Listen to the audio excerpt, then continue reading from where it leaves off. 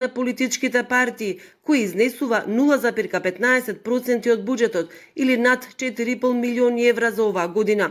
Од ВМРО ДПМН најавија дека ќе дадат поддршка само доколку сите 26 министри, заменици, генерални секретари и други именувани лица се согласат да работат бесплатно до крајот на мандатот. Дуи како партија се уште не се изјаснила. Да, се враќаме во студиото. Господине Османи, во однос на овие мерки, кога председателот на СДСМ Зоран Заев објави дека сите ќе земаат намалени плати, па вклучително и јавната администрација, дои веднаш излезе против. И сега кога ги слушаме овие бројки, дека недостасуваат 1,3 милиарди евра, како мислите да ги најдеме овие пари? Не, видете, ние не бевме против. Ние бевме против партизирањето на овие мерки, бидејќи ден пред тоа владата имаше создаде економски совет од луѓе кои што биле во различни влади.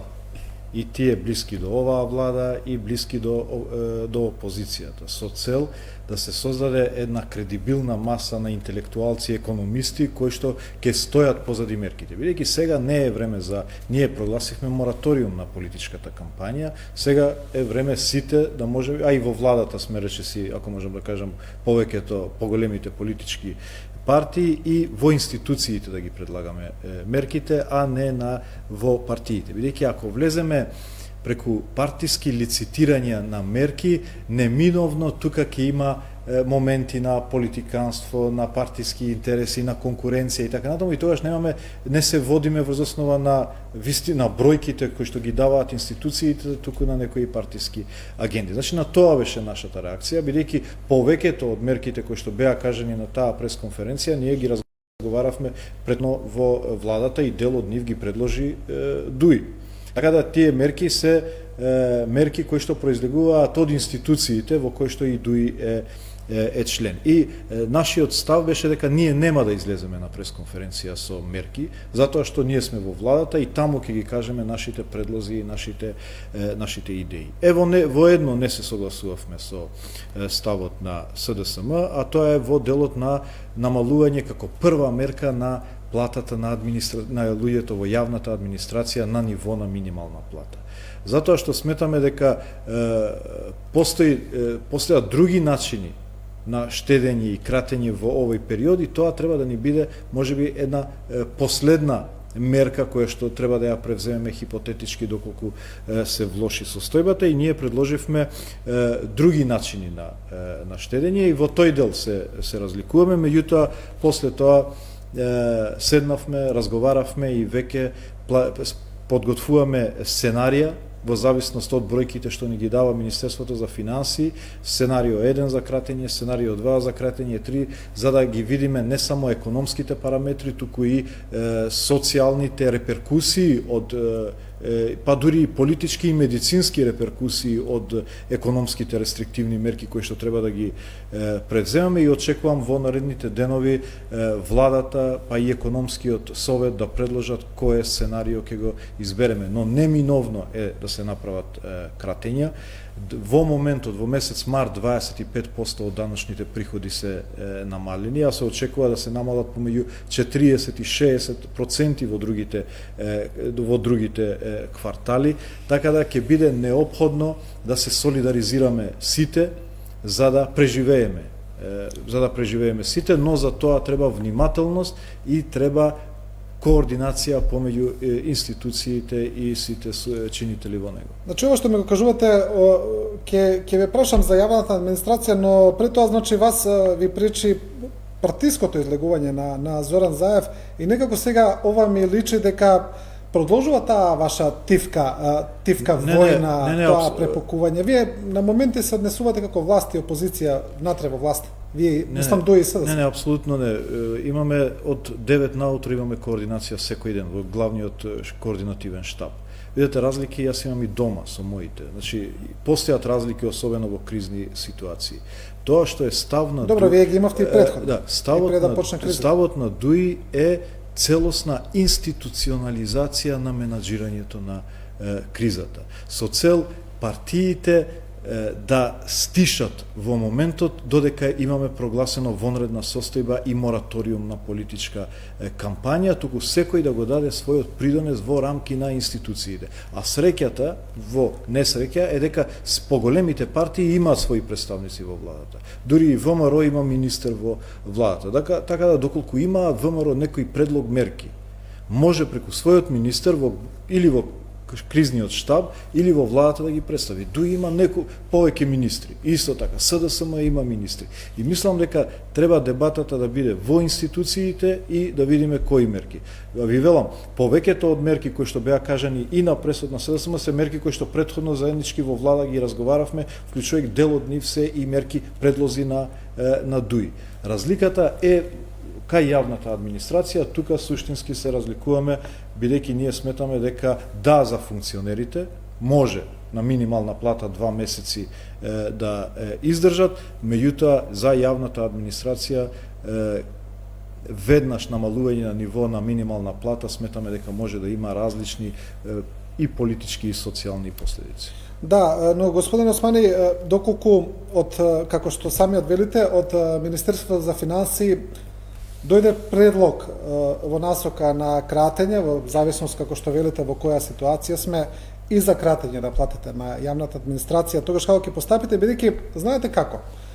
Ова е криза без преседан, сите знаеме, во светски мерки, гледаме дека и во сите држави стотици илјади работни места се губат, државите различно реагираат, од покривање на целосна плата на оние кои ќе го изгубат работното место, како што го прави, да речеме, Велика Британија, па до разни стимуланси, пакети и така натаму. Сега кај нас истото е отприлика. Сега видите, со самото затварање на ресторани, на кафеани, на кладилници, на казина, на сите тие и на многу други бизниси, веќе не знам колку, веројатно десетици илјади луѓе се без работа. Овој месец веројатно ќе добијат плата, но за следниот веќе не знаеме.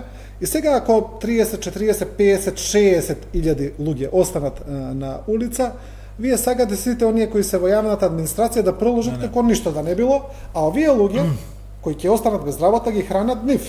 Не.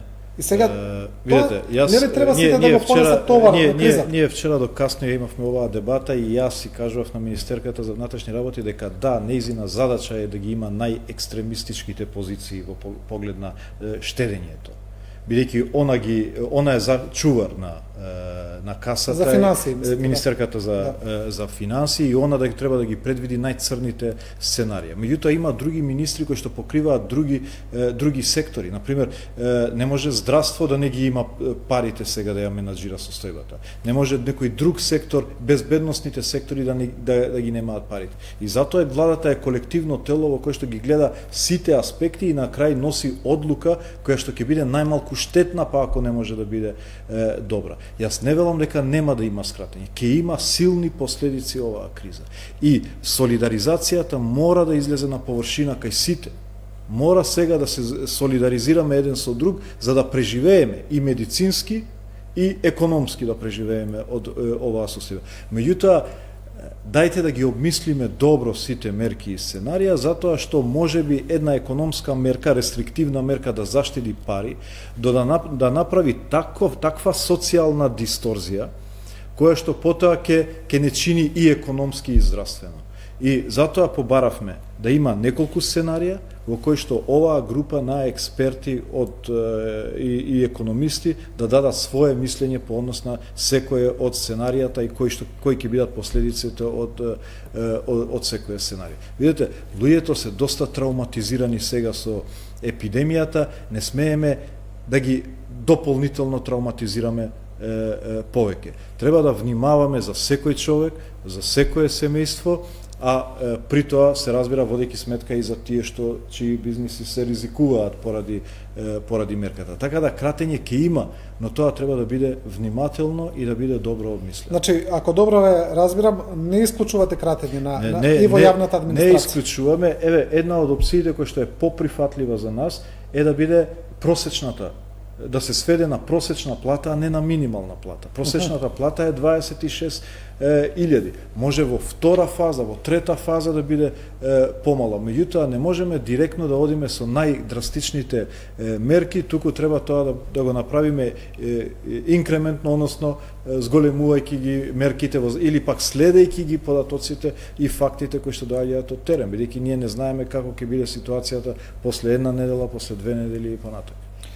Министерката за правда Рената Десковска предложи една друга мерка, вели и партиите да се откажат од државно финансирање. Дали вие ќе се откажете од партиите? И тука е истиот проблем. Проблемот на формата, а не на суштината. Јас реагирав и за тоа, дека не може никој да лицитира без да седне прво на маса да координира со политичките партии. Не е ова момент кога во јавност ќе излеземе со мерки. Видете, сега е најлесниот момент за популистички мерки. Јас можам да излезам и да кажам треба на сите граѓани да им се зголемат платите. И после да ги обвинам другите, да кажам еве другите не прифаќаат. Тоа е многу лесно, но не е сега време за тоа. Сега треба да седнеме и да разговараме. Сите сме во влада, да донесеме одлуки и да излеземе заедно пред јавноста да комуницираме. Да кажеме, луѓе, ова е состојбата со финансиите, ова е здравствената состојба, приморани сме да ги преземеме овие мерки. Така да дуи нема проблем со кратењето на финансиските средства за партиите, но бараме тоа да не биде на начин на кој што беше направено. Значи, доколку ја усогласите оваа мерка, би ја прифатили? Апсолутно да. Да, добро, кажете ми во однос на сакам малку да ве прашам за здравството. Не сакам да излезе дека имаме некој паралелизам да навлезете во секторот на вашиот колега Филипче, но сепак сте и поранешен министер за здравство и лекар пред се. Кажете ми како функционира сега здравството во однос на корона кризата, како функционира останатиот дел од здравството. Гледаме како се справуваат на надлежните, но што е со другите пациенти? Трпат ли тие поради цела оваа поместување на здравствениот систем? Видете, здравството е прво на удар во моментот. Здравството е моментот под стрес и под притисок од ова што се случува. Се разбира дека фокусот сега е ставен на менаџирање на овие пациенти, не заради тоа што има многу пациенти или пак се во тешка состојба, туку со цел спречување на ширењето помеѓу здравствените работници. Знаете, најголема трагедија ќе ни биде доколку не ги заштитиме здравствените работници кои што ни се прва линија на фронтот. И затоа сега здравството е во поинаков мод на функционирање, за да се заштитат здравствените работници. Знаете, еден пациент да влезе во една од поголемите клиники, таа клиника веќе нема да ми функционира во наредните 14 дена. И може да претпоставите кои се последици за сите пациенти редовни кои што се лекуваат. Како што се случи со кожната клиника, на пример. Така, да.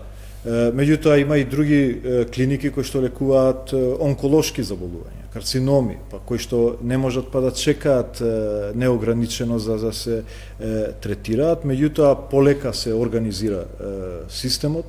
Јас гледам и од клиниката во која што јас работам, односно работев, дека се организира за да функционира и со другите пациенти, меѓутоа во услови на поинакво однос кон пациентот, односно поинаква заштита со цел да ги заштити здравствените работници. И тоа ќе биде голем предизвик. Гледаме во Италија колкав процент на здравствени работници се заболени, а доколку тоа не се случи, тоа ќе биде дополнителна штета отколку самата штета што ќе ја предизвика вирусот.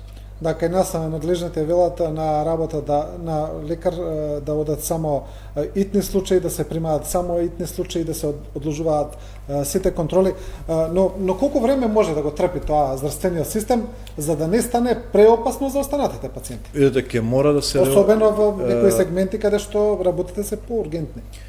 Ќе мора да се реорганизираме. Например, одредено е дека пациентите кои што имаат висока температура, независно од за која болест ќе се јават на лекар, меѓутоа во моментот имаат висока температура, тие нема да бидат примени на клинички центар.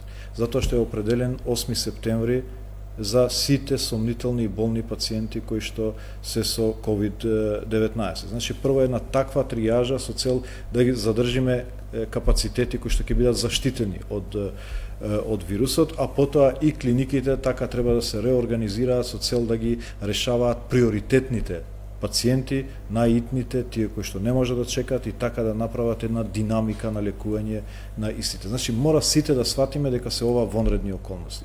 Мора и пациентите, и граѓаните, и здравствените работници, сите да сватиме дека не може да биде исто.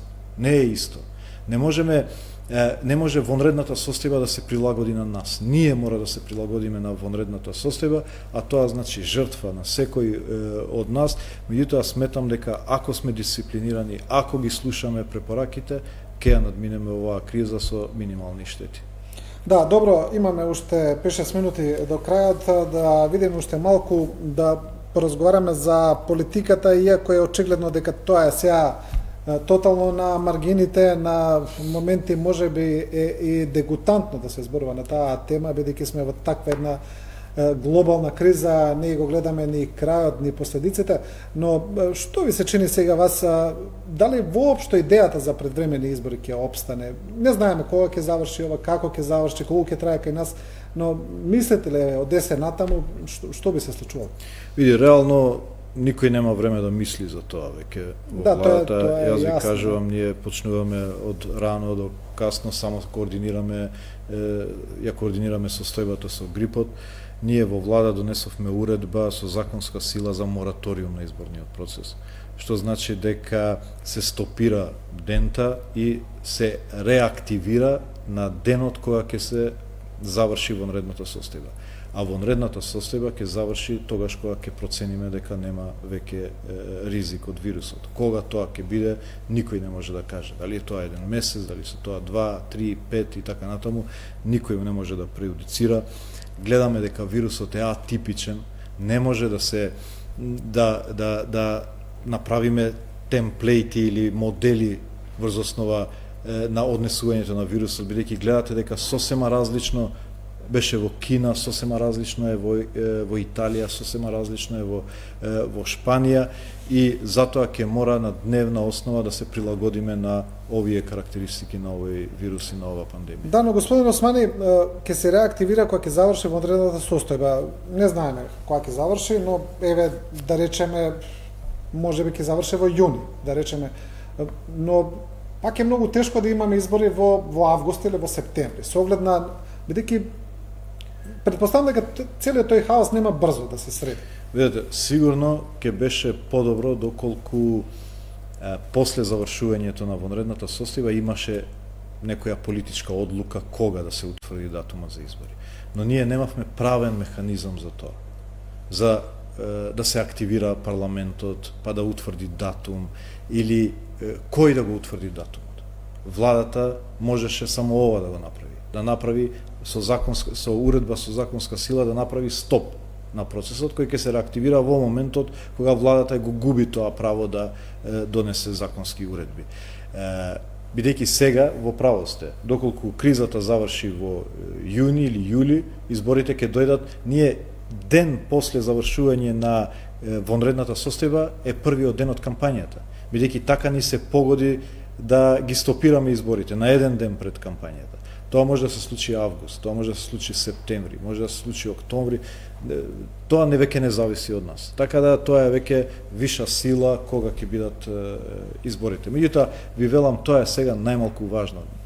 Дај Боже да завршиме ова епидемија што побрзо, со најмалку штети, кога и да се изборите е многу помалку важно. Да, добро.